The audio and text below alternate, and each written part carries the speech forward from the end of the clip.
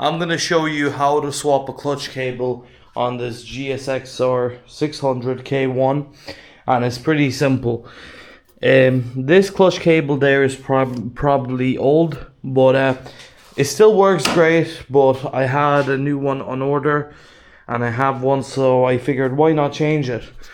So it runs all the way down the side of the bike, and it goes into well, it goes down there. And it's pretty simple to change. All I need to do is loosen up the fairings and drop this side, get access to where the pin is. I've changed the engine on this before, so if you've seen that, you know, I know where it is.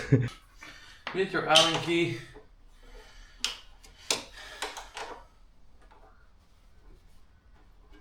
start just taking off the side, and also I recommend you put something down underneath as well, just so you don't scratch up the fairing at all. For me, there is a 10mm underneath, so it actually holds because there's no thread on the other side.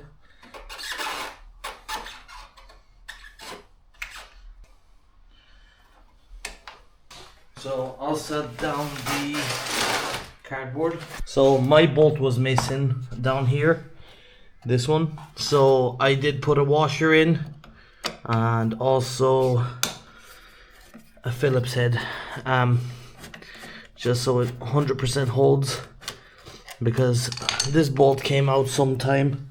And let's leave it aside here. So these three, the indicator connector, and just loosen them up.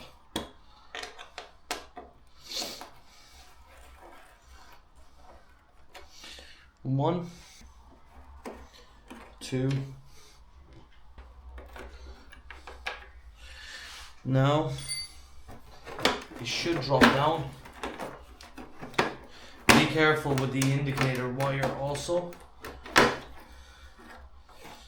Yeah, I've wired my one up, but there's also the OEM connector here, but I've wired my one up here fairly well, and that's it. That's the side dropped. So now we basically have access to the clutch cable there. There is a zip tie. I probably put that on after swapping the engine. So I need to remove this bottle out of the way.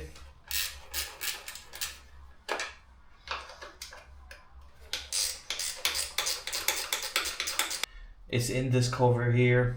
So now what we need to do is remove this bolt and another 3 bolts. Okay, that is off.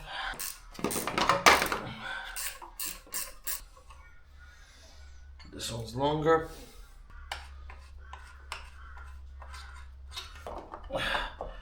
Oh, there we go. So that's it. Now we have access to the block there, and there is a pin on the jigsers. I'm gonna give this a good clean. So I'm gonna come up here and I'll loosen it. There we go. What I'm gonna do is just pull it off. There is a, what's it called? There is where it latches on, so it doesn't slip and move, but unhook it from there. I'm gonna loosen this.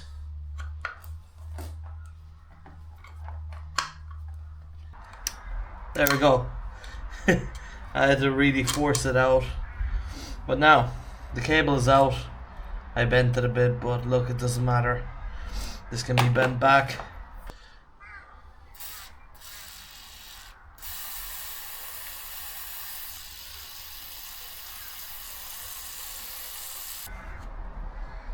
And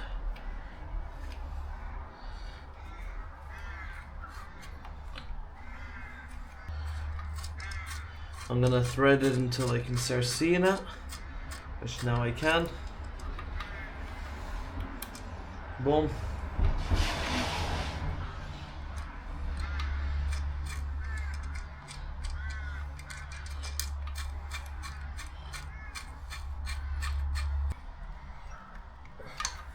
There we go. They shouldn't come out anymore. Because I did loosen up the pin up here, up top, that touches the metal thing, and was coming out. I've now actually, what I've actually done now is I've tightened it back up, and this ain't gonna move. Now,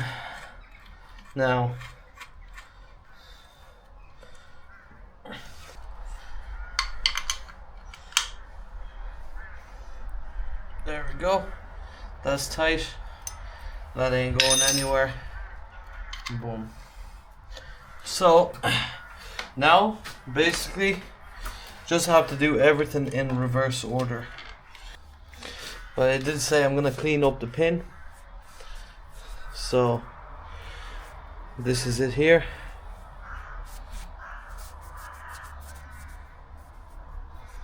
Boom. Now we have to put this cover back on the exact same way we took it off. The pin is on this, I'd say. There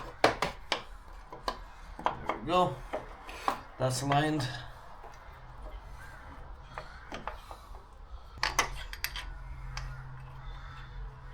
The one at the very top was the smallest one.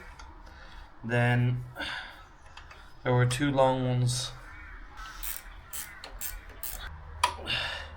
By the way, you want this cover on tightly and evenly, because what this cover does is holds that pin and it needs to push in so you can actually engage your gears.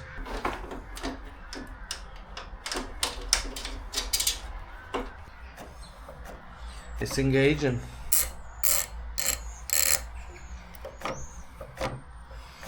Okay, like I said, make sure you screw it in fully. Make sure the slit lines so you can run the cable through and then unscrew it. And then on this side, I just need to tighten this a bit more.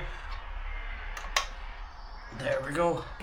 And then, I don't know if it's perfect yet. Let's see if there's any cables or anything I left in by mistake. No.